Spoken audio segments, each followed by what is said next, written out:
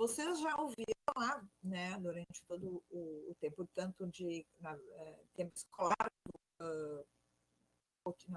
a vida cotidiana, alguém falar assim para você, na vida escolar redige um texto, né, faça um resumo de um texto, foi bem elaborado, essa foi muito boa, mas o texto era ruim, o redator produziu um texto. Mas, assim, para vocês, o que vocês acham que é considerado um texto? Para vocês escreverem alguma coisa. Sem medo, digam o que vocês acham. Ou acreditam que seja um texto. Um conjunto de palavras do Vitor.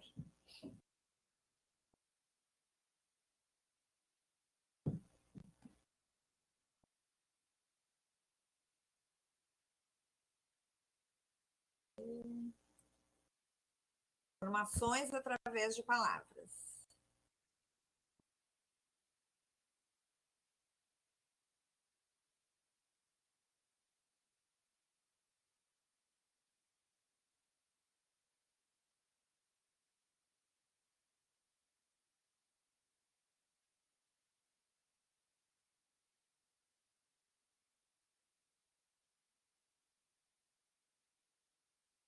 Não somente palavras, existem textos não verbais que usam de imagens para comunicar algo. Ele já adiantou lá na frente, é isso aí.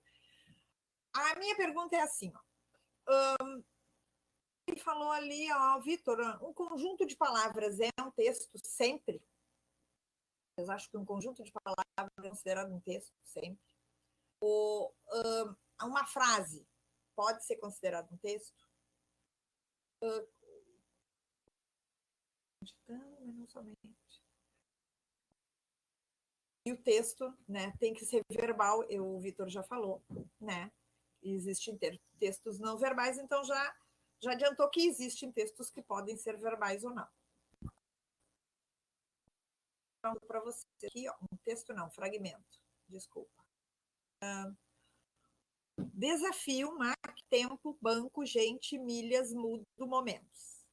Reportagem, turbulência. Início, passeio, caminho, verdade, luz, missão, jovem, dinheiro, sabor, sol, rede, desconto, receitas, proteção. Vida, linha, peixe e recurso. Segmento. Então, se um conjunto de palavras é texto, este fragmento vocês acreditam que seja um texto? Nós vamos montar um conceito, tá?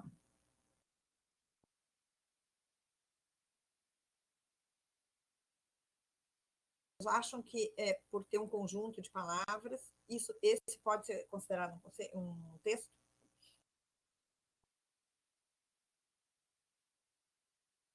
Por que tu acha que não?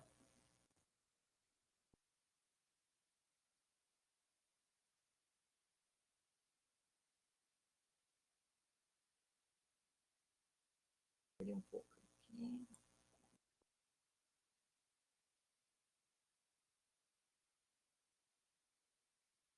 Bruno, tá chegando, isso aí, tá chegando, estamos montando. Ó, Vitor, se não me engano, o objetivo do texto é transmitir algo aí, você somente jogadas. A Bianca é como parte do texto, mas aí que tá, é isso que eu saber, isso aí, mesmo sendo um fragmento de alguma coisa, ele é um texto? Por exemplo, esse texto, se eu perguntar para vocês assim, você acha que esse texto aí, que esse fragmento aí, eu consigo identificar um tema disso aí? Isso me traz algum tema? Ou se eu quiser fazer, diz assim, faça um resumo disso aí, vocês conseguem fazer um resumo disso? Não, né? Não tem como fazer, porque a gente não encontra o tema. Bianca?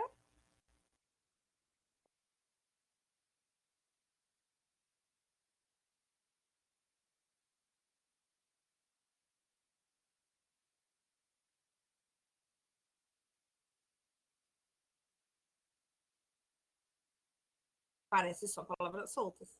Então, aí aquela minha pergunta, será que as palavras podem ser um texto? Nesse fragmento, a gente está considerando que não seja um texto. Então, vamos ver outro agora.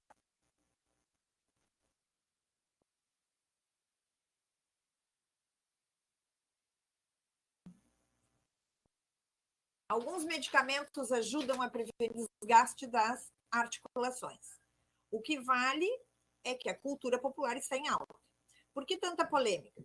No trabalho tem que saber nos portar. O aquecimento global está em recorde batido pelo 3º ano consecutivo.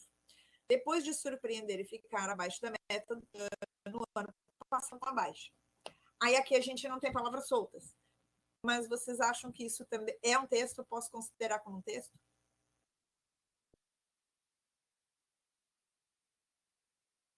Eu tenho como identificar um tema? Eu tenho como fazer um resumo?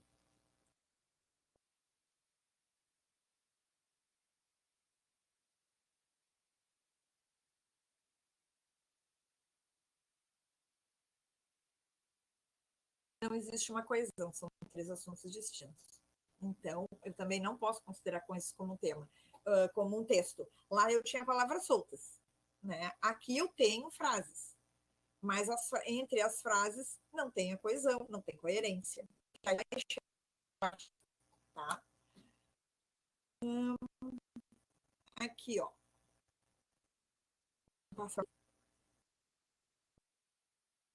Temos 2 situações aí. Na primeira, vamos supor que nós estivéssemos um dia passeando num bosque de eucalipto, coisa bem normal, né, de fazer. Aí alguém, a gente está passeando, um dia ensolarado, bem parado, daqui a pouco a gente escuta gritar, porque aquilo ali, né, é uma informação. Madeira. O que vocês são quando escutam? Estão no meio do bosque, alguém gritando madeira. O que vocês, o que vem à cabeça de vocês?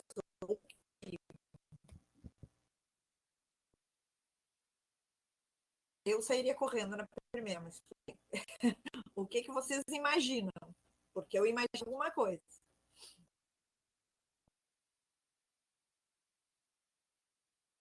Exatamente, uma madeira caindo, que vai cair uma árvore, está picotando o teu áudio, tá?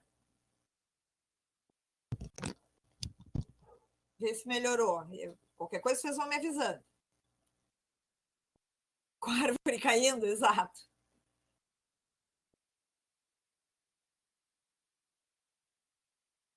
Qualquer coisa isso.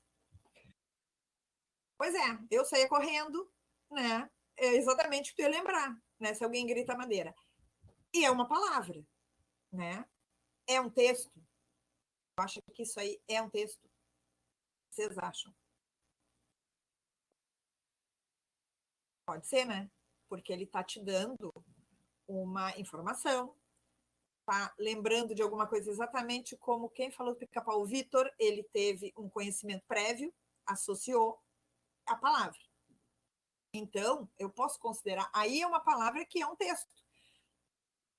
No segundo item, tem só a palavra madeira. Aí tu vai imaginar assim, que tu tá em casa vendo Netflix, longe do celular, não tá conversando com ninguém, tu tá vendo o Netflix lá bem quietinho, daqui a pouco entra uma mensagem de uma amiguinha tua lá e diz assim, madeira. Qual é a percepção que tu tem dessa palavra madeira? O que tu vai entender? Vocês vão entender. Exatamente. Nada, porque que ela mandou para a pessoa errada a mensagem. Tu vai pensar isso também, mandou para a pessoa errada, não estou falando com ela, ela me escreve uma palavra madeira totalmente fora de contexto. Então, é isso que eu quero ver, que vocês conseguem perceber a diferença? A mesma palavra, em contextos diferentes, em situações diferentes, interlocutor, tu tá antes dentro de uma floresta, tu vai imaginar uma madeira caindo, né? Ou tu vai sair disparando, mas tu tem aquela ideia, tu tem um conhecimento prévio, tu tá dentro de um contexto. Na segunda, tu não tá, entrou uma coisa que não tem nada a ver. Então, a primeira palavra, tu pode dizer que ela é um texto. A segunda, não.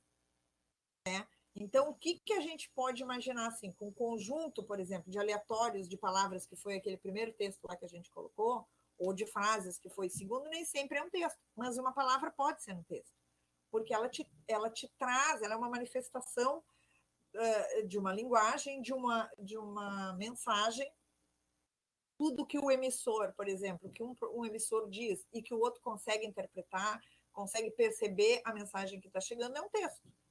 tem que produzir um sentido completo, uma mensagem que seja compreensível para aquele momento. Por isso que se tem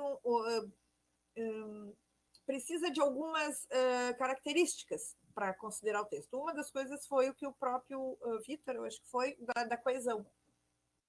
Né? Vamos ver aqui o próximo slide. E, na verdade, o texto tem que, para ser considerado texto, né, ele precisa de alguma coisa. Ó, um conjunto aleatório de palavras ou de frases nem sempre constitui um texto. Um texto é manifestação da linguagem, tudo aquilo que é dito por um emissor e interpretado por um receptor, tudo que produz um sentido completo é uma mensagem compreensível, é um texto. E precisa de algumas características, que são a coesão, coerência, informatividade e intertextualidade. Então, naquelas situações que a gente falou, né, da Madeira, tem um texto, uma informação, e não tem como.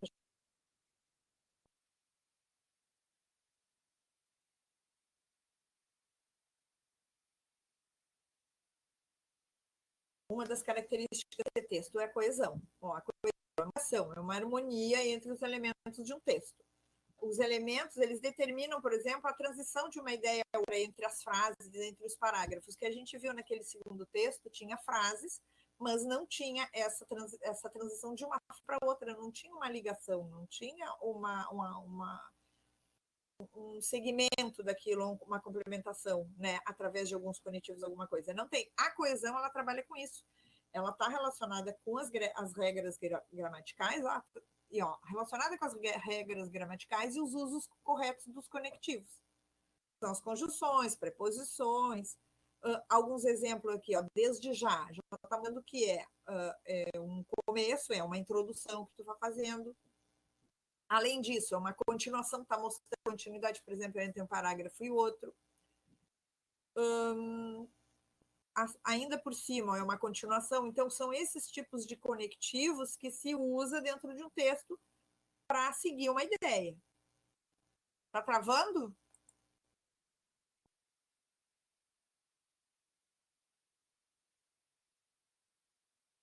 A voz ou a imagem?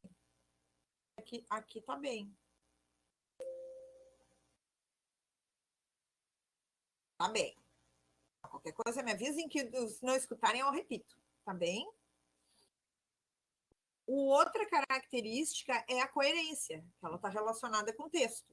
É uma relação lógica entre as ideias expressas, considera o tempo, né, o espaço, quem fala e quem escuta. Que é o caso que a gente falou da Madeira. Era uma palavra só, não era frase. Estava dentro de um texto. É uma relação lógica, porque tu imagina alguém gritando Madeira, tu já lembra do tempo, tu tem uma ideia prévia já de alguns textos ou de algumas situações que tu já passou, que então tu sabe que quando grita Madeira, porque a madeira está caindo. Tá? Vamos exemplificar nessa frase aqui embaixo. Ó. A nossa cozinheira está sem paladar. Ela está passando uma informação. Né? Mas aí, se eu vejo essa frase solta, eu não sei exatamente por que ela está sem paladar. Qual é a informação que está me trazendo? Eu posso imaginar diversas situações diferentes. Por exemplo, se tu está num jantar e eu provo a primeira colherada, né, de macarrão ou de sopa, eu posso chegar e dizer assim, digo, olha, a minha empregada ela está sem paladar, ou seja, ela está perdida porque não temperou a comida. Mas se eu chegar e disser isso para dentro do médico, chego dentro do consultório médico e digo, a nossa cozinheira está sem paladar, ele vai dizer, ela está com Covid, que é uma outra associação que ele pode fazer dentro de um contexto atual. Tá? Então, é mais ou menos isso que é a coerência, o texto que tem isso. A informatividade. O texto tem que te trazer uma novidade, ele tem que te trazer uma informação. No caso do WhatsApp com a Madeira, não trouxe informação nenhuma. Né? Tu vai ficar supondo algumas coisas, como, mandou mensagem para o lugar errado. Então, não tem, além de não ter coerência nenhuma, não te traz informação nenhuma. Tá? A intertextualidade, que a gente vai agora entrar mais nessa parte, mas o que é? é estabelecer uma relação com outros textos prévios, já em circulação. Ou textos como a gente já como o colega já até falou, né? Verbal, não verbal, textos literários, provérbios, todo o conhecimento que tu tenha antes, músicas, que os textos ele tem uma relação com algum outro, tá? Que a gente já tem conhecimento, geralmente é o texto. Então, a gente já vê com isso que o texto ele não é um aglomerado de frases, não adianta ter um monte de frases, porque isso não é considerado texto. O texto ele é uma produção verbal, não verbal ou mista. É uma atividade comunicativa de interação. O texto ele é posto em ação no momento da interação. É a própria fala também, né, de um interlocutor com o outro. Isso é um texto. Então, aqui existe 3 tipos de texto. Os verbais, que valem-se de palavras. Os não verbais, que é só com imagens. E os mistos, que valem-se das imagens e das palavras. Aqui eu vou dar um exemplo, agora nós vamos falar um pouquinho mais dos outros. Ó. Uma linguagem mista, ele tem uma imagem e tem texto, a parte verbal, ó, proibido fumar. A linguagem não verbal, a gente olha a imagem, mas a gente já compreende que isso é proibido fumar. E a linguagem só verbal, que é proibido fumar nesse local. Então, os textos de linguagem verbal, geralmente eles utilizam palavras do verbal, né, que a gente parou no último aqui, que é para estabelecer a comunicação. Eles podem ser tanto escritos como podem ser orais.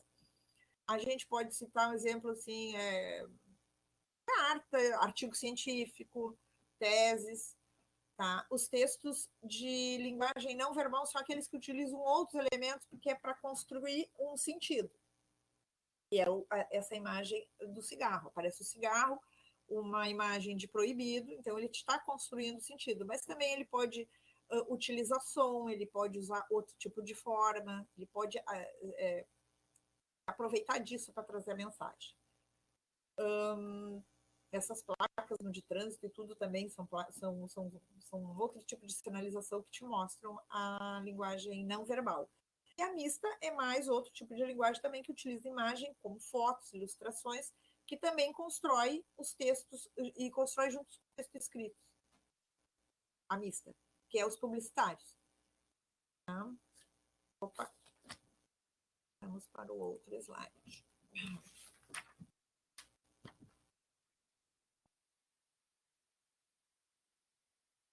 As características do texto. A linguagem. Tá? A linguagem ela vai depender qual tipo for utilizado. Por exemplo, o tipo de texto que é utilizado. Para cada tipo de texto é utilizado um tipo de linguagem. Por exemplo, uma linguagem visual, se tu for trabalhar com uma linguagem de visual, tu vai fazer um método diferente. Se for uma escrita, tu vai fazer um outro tipo de método. Um contexto, que é o contexto que a gente já falou. É um ambiente que tu está, é o contexto, é o tempo, é o local.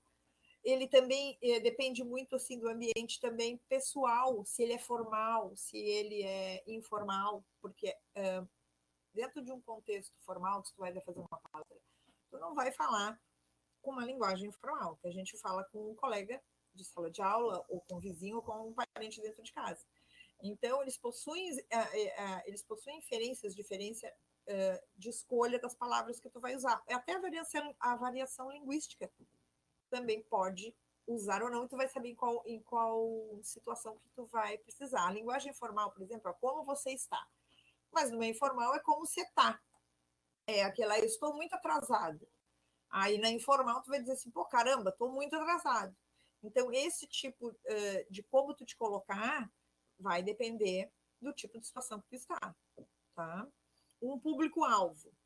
O público-alvo é todo o texto é construído para um leitor ou para um grupo de leitores, né? Então, o autor, na hora que ele faz o texto, que ele monta o texto, ele direciona para qual público que ele quer. E daí ele vai ver linguagem, vai ver como é que ele vai trabalhar. Então, tudo isso influencia um texto.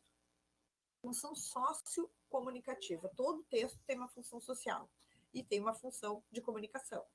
É possível ver assim alguns textos, por exemplo, como um diário, mas o diário é pessoal. Ele é pessoal, mas ele tem uma função, mesmo que seja, não é uma função coletiva, mas é uma função individual. Então, qualquer texto que seja público ou o próprio individual, como o diário, ele é um texto.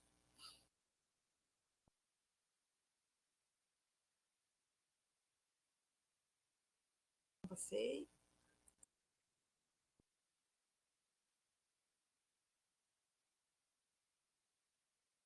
Agora nós vamos entrar na intertextualidade. Esse é uma. Eu não sei se vocês conseguem ler, mas eu vou ler para vocês, tá? É um poema. Esse primeiro poema é o poema Uma Quadrilha, Quadrilha de Carlos Drummond de Andrade. Mas antes de a gente ler, nós vamos fazer que nem a brincadeirinha lá do texto. O que vocês acham que é intertextualidade? Gente, isso aqui é suco de uva, viu? Não é vinho, tá?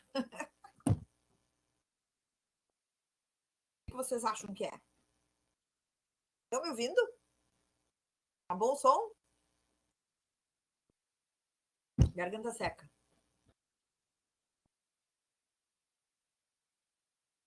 O que vocês têm ideia? Não sei se vocês já escutaram esse termo também, né?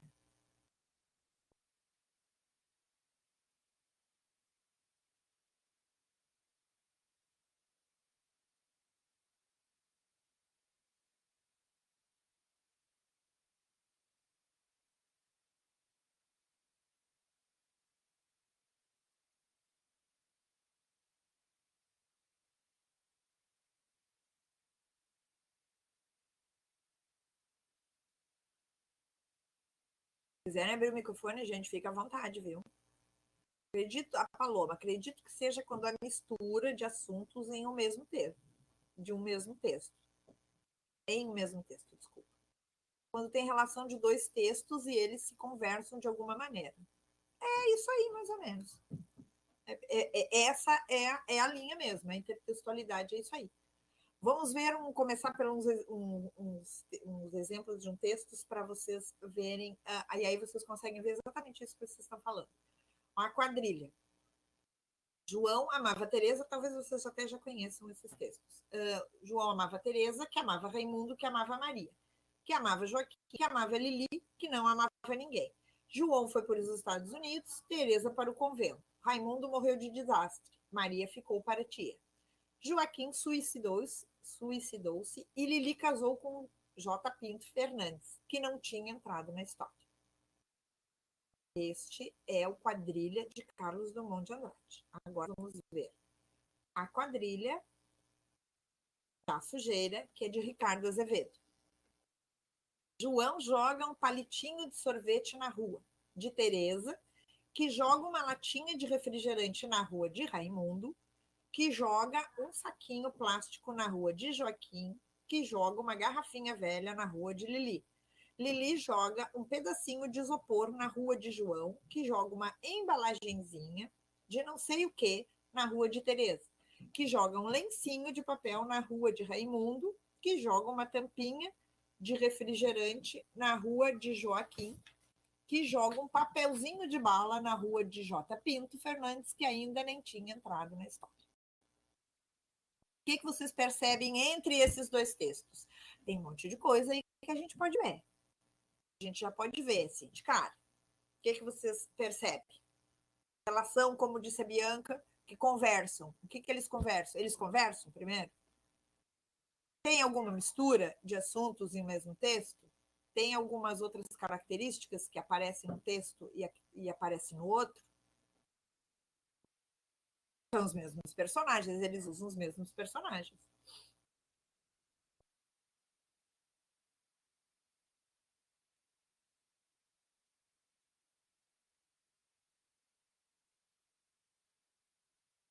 E o tema deles é o mesmo?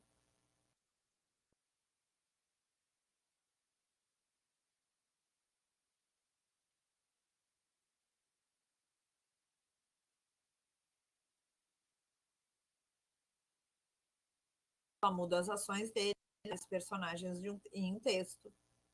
E são os mesmos. Eles estão na mesma ordem? Acho que eles estão, né? Claro, a gente teria que pegar os dois textos para dar uma olhada, mas a princípio os personagens estão na mesma ordem, conforme tem num, tu vê que ele segue no outro. Inclusive, o último lá é o que não tinha entrado na história, inclusive repete a mesma frase da outra quadrilha. Deixa eu pegar o texto aqui, eu não quero voltar aqui no slide de vocês.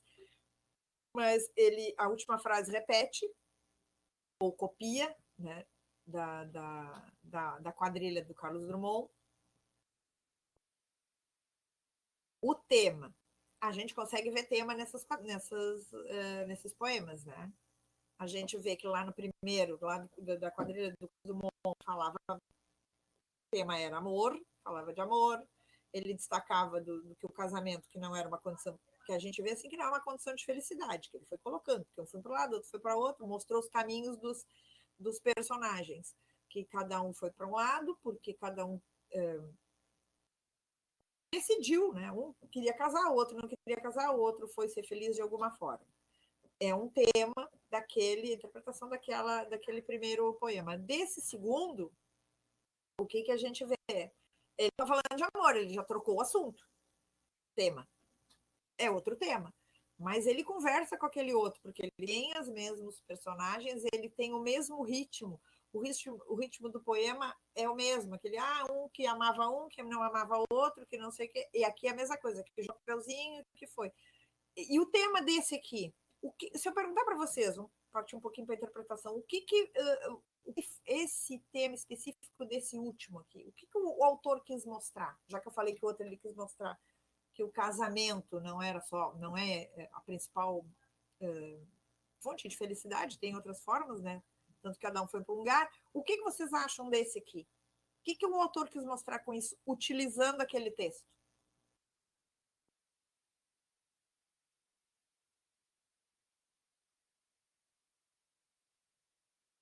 Ele traz alguma discussão nesse poema? Esse texto, vamos falar de texto.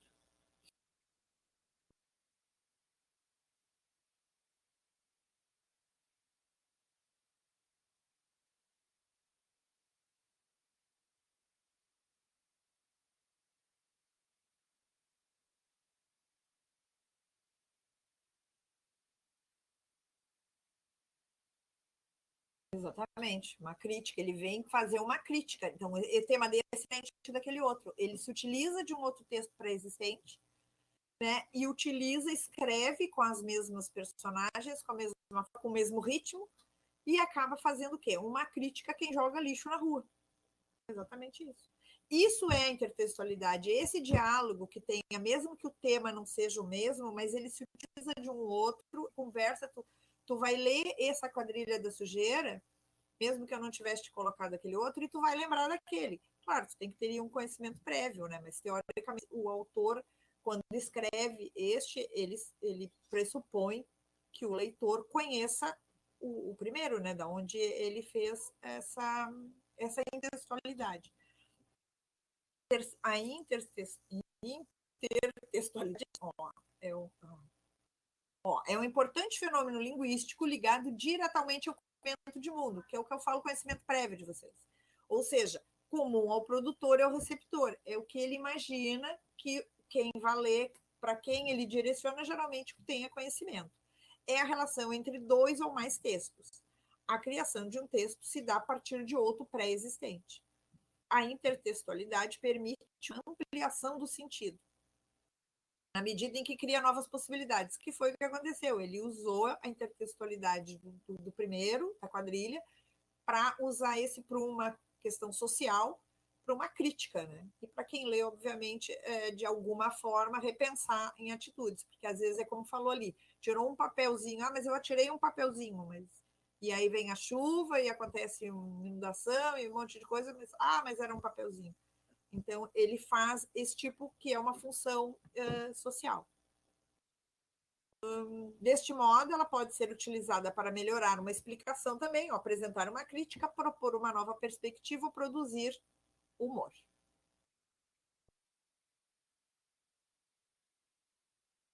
E aí elas podem se manifestar de duas formas, tá? A intertextualidade.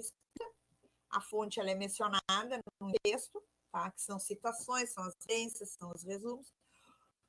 Então, identificar qual texto é. Ele pode te dar uma citação, te falar de alguma... te mostrar o texto de onde ele está trazendo, ele está conversando, ou ela pode ser implícita. A fonte ela não é mencionada no intertexto, tá? Que são as paráfrases, que agora a gente vai ver alguns exemplos.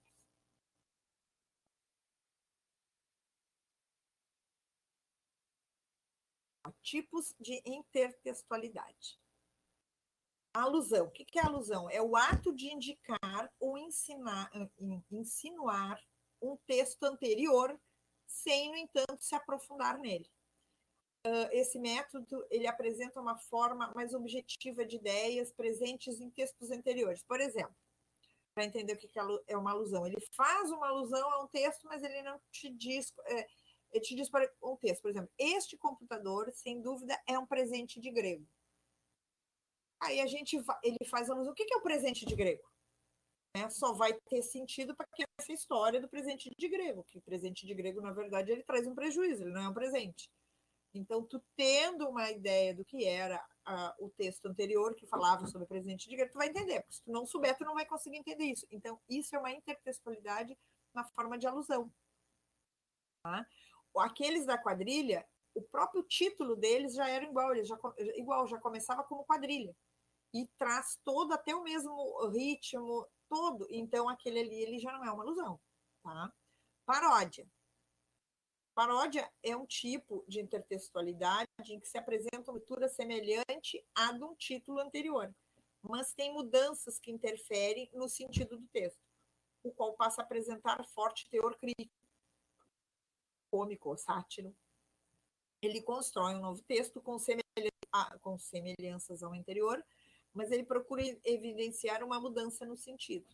Por exemplo, aqui, ó, eu coloquei só um pedacinho eu posso ler todo, só coloquei um pedacinho para vocês assim, ó. Nossas flores são mais bonitas, nossas frutas mais gostosas, mas custam 100 mil réis a dúzia. Ai, quem me dera chupar uma carambola de verdade e ouvir um sabiá com certidão de idade. São Murilo Lourdes, ele fez uma paródia da canção do Exílio. No início, eu vou ler um pedacinho do início para vocês. Minha terra tem macieiras da Califórnia, onde cantam gaturanos de Veneza. Eu só lendo as frases, vocês já vão lembrar qual é o texto que ele está se relacionando, né? Que é a canção do Exílio. Né? Isso é uma paródia. Tá? Depois eu vou mostrar a canção do Exílio. Eu leio a canção do Exílio para vocês, se vocês não lembram. É só me dizer se vocês não lembram, tá? Ó, meus olhos brasileiros. Aqui é uma paráfrase. O que é uma paráfrase? Deixa eu explicar primeiro o que é uma paráfrase, senão vou confundir com a paródia. É um processo de intertextualidade no qual o sentido do texto original ele é reafirmado. Tu não muda o texto, tu não muda o tema, tá?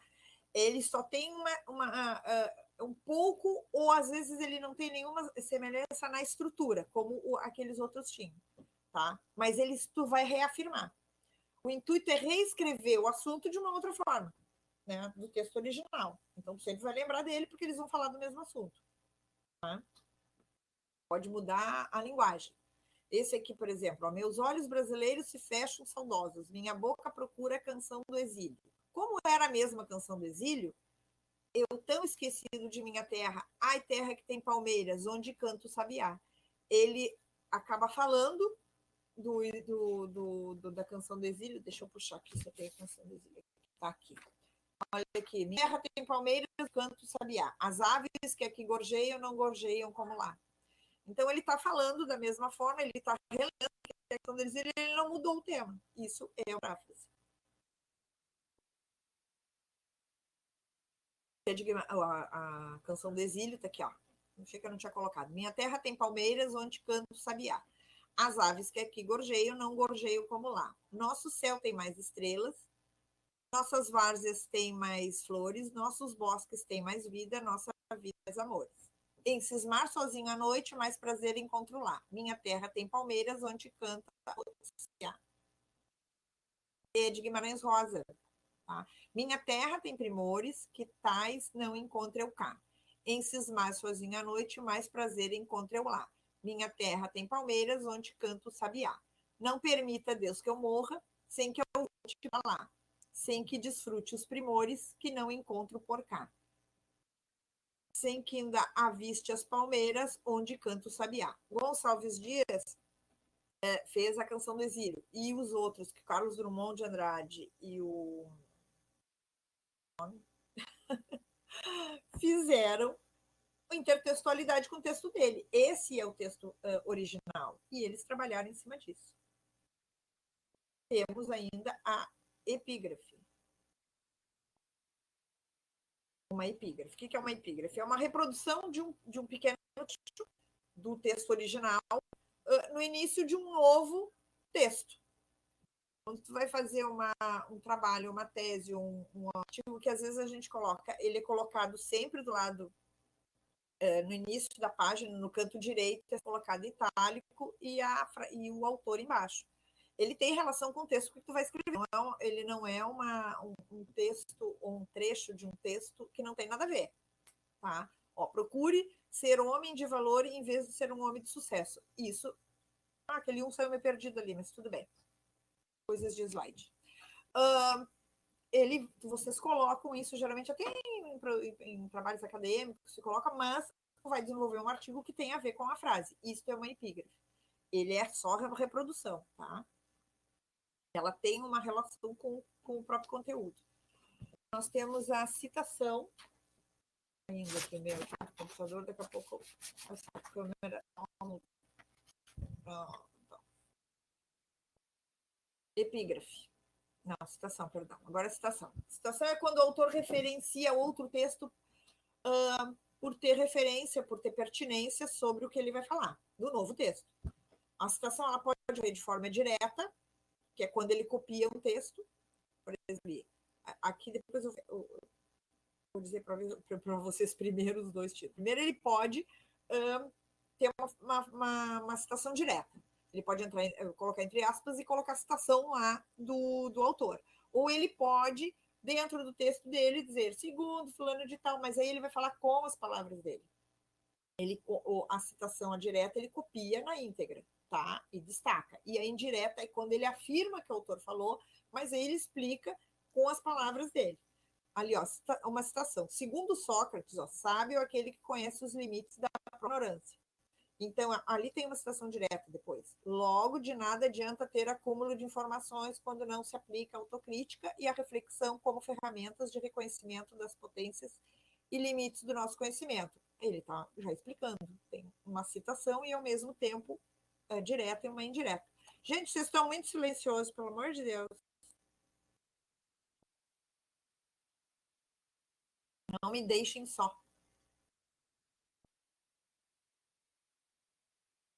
Uma intertextualidade de imagens, foi que eu acho que o Vitor falou, tá de boa. Bom, eu espero que esteja aí, não me deixe sozinha. Se não entender, é só gritar. Os textos visuais. Bom, Mona Lisa já viralizou isso aí, né? Porque o que tem de memes e de coisas é um dos textos assim que mais se consegue fazer releitura deles.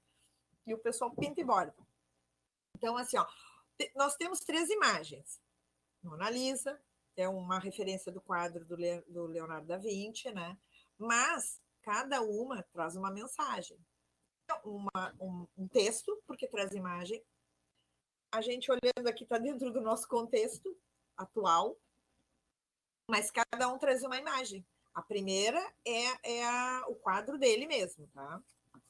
Mas aí na segunda eles aproveitam a Mona Lisa para dizer o quê? Usem máscara, né? E depois o uso da vacina.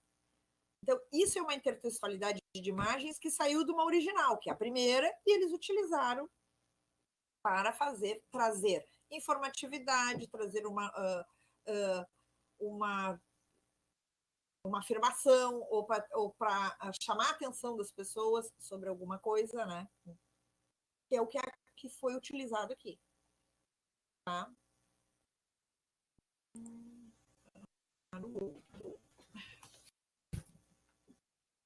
Então, meio que recapituladinho, olha, que nenhum texto parte do ponto zero. Às vezes assim, porque eu falei assim, o texto original, né? Então pode dizer assim, mas o texto original partiu do ponto zero. Não partiu do ponto zero. Ele sempre tem, todos os textos vai ter relação com alguns. Não tão explícita como a gente vê de relembrar, mas ele parte de alguma ideia. O autor saiu com aquele assunto, não sai do nada, ele saiu com ideia. Então ele sempre vai ter relação com algum outro texto. Diga, Paloma.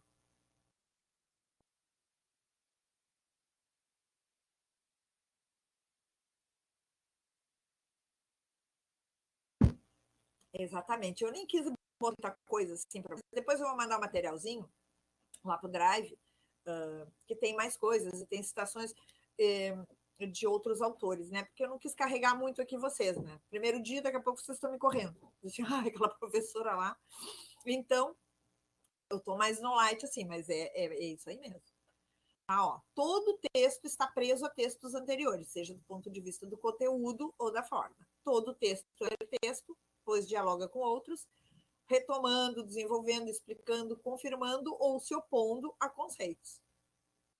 E é necessário nesses textos o conhecimento de mundo dos interlocutores, é conhecimento prévio, tanto de textos literários, a parte de propaganda. Claro, hoje tem muita rede social, mas propaganda, todas, eles se utilizam de intertextualidade. Eles puxam uma coisa lá, não sei de onde, aí tu sempre vai relembrar alguma coisa. Eu até tenho aqui, agora eu vou passar umas imagens para vocês verem mais ou menos se vocês conseguem puxar da onde é que vem, tá? Tem um filme aqui, eu nem sei, né? Mas se é mais da minha época, da época de vocês. Vamos ver se ele está aqui no nosso slide. 9,6 cebolas de amor. Lembra o quê? Vocês lembram? O que lembra isso aí? Alguém lembra? Alguém sabe? Mas não vão dizer que é da minha época, pelo amor de Deus.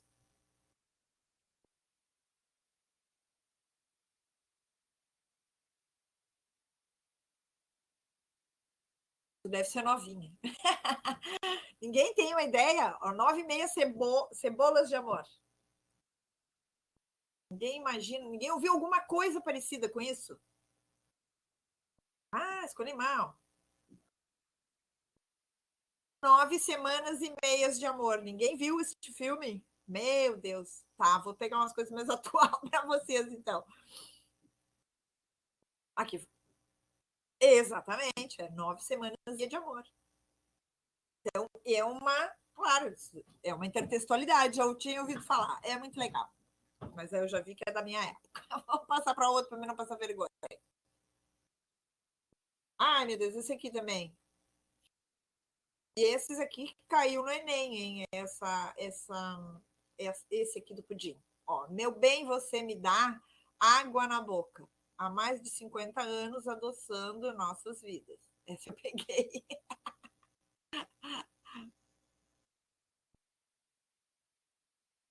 E ela está interagindo com outro texto, tá? Mas que texto que é esse? Alguém lembra? É com filme, é com uma animação, é com imagem, é com música? O que é? É clássica? É? Isso é música. É uma música. Salvei, né?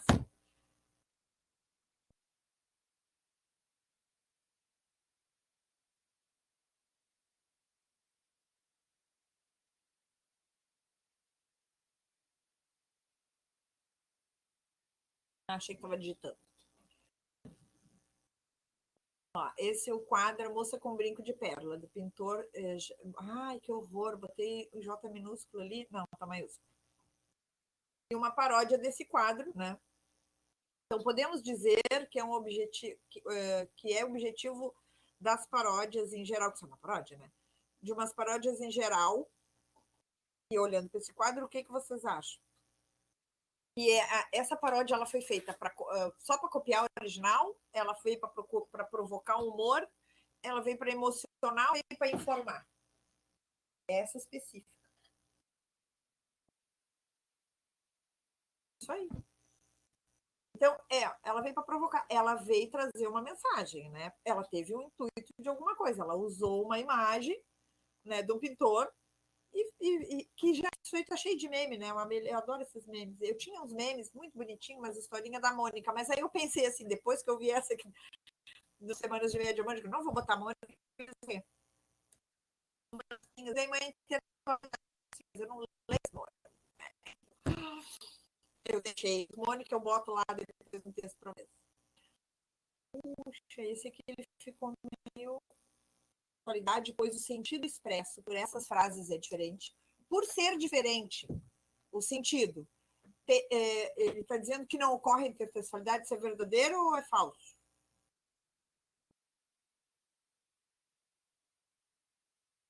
Eu acho.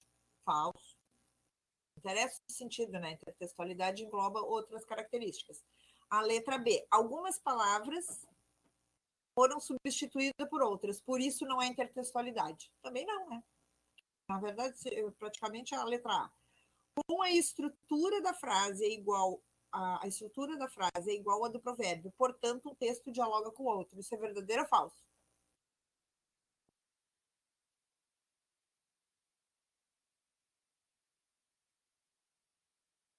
Verdadeiro.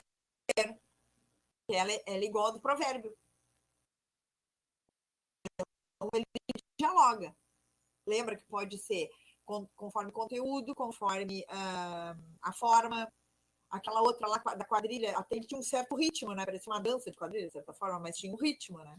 Então, a estrutura da frase ela é igual ao do provérbio. Então, ela dialoga. Não necessariamente que precise, mas pode ser igual. Tu pode fazer uma intertextualidade entre um texto e outro usando a mesma forma. Ó, esta frase é uma paródia do provérbio, pois possui caráter irônico e contestador. Não, né? A letra D, não.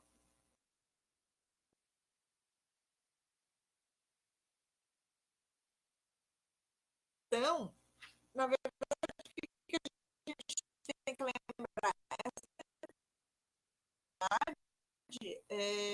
isso aí estava no Enem também. Tinha uma outra que eu não coloquei do avião lá, que diz que fala da canção do exílio, mas eu repeti muita coisa da canção do exílio aí encher vocês demais sobre aquilo. Pelo menos iam decorar a canção do exílio. Vou lembrar bastante.